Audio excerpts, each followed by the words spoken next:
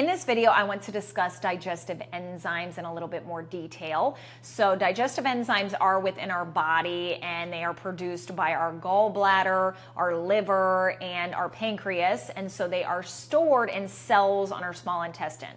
So with this, when we are younger, we have the amount of digestive enzymes we need, and that's why these children do not have the issues with the bloating and the discomfort and all of that. But as we age, like with everything else, we start having these little issues, and they can be, because of just not consuming the proper food, or maybe way too much stress in our life.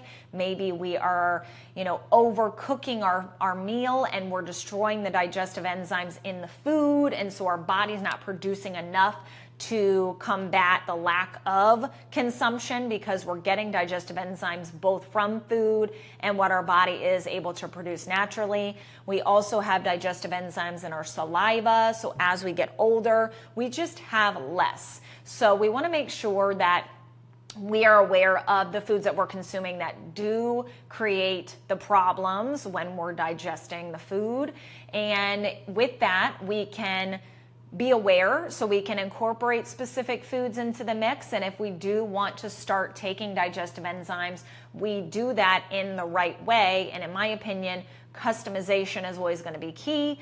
And if you don't want to go that route and you don't want to take the Viome test to see what you actually need, then you can kind of pinpoint and just navigate according to your symptoms. So I have my document pulled up here. You're going to have access to this PDF as well, and I'm just going to kind of run through everything. But like I said, you're probably going to notice that you're constantly having stomach issues. You have diarrhea, you have gas, you have bloating, maybe you get nauseous, and these are all symptoms that you could benefit from digestive enzymes. And when it comes to the different types of enzymes, we have amylase, which breaks down carbs and starches. We have maltase, which breaks down into glucose. And protease breaks down protein into amino acids. Lipase breaks down fats into fatty acids. Lactase breaks down lactose into glucose and galactase. And sucrase breaks down sucrose into fructose and glucose.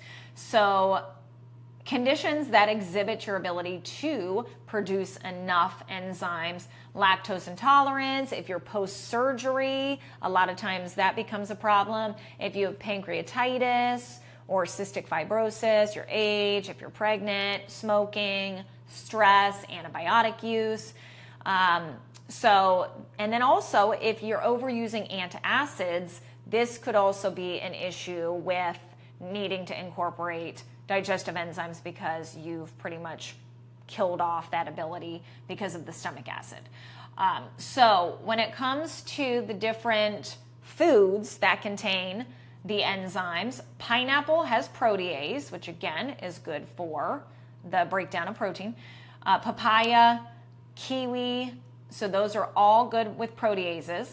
Amylases, mango and banana and raw honey.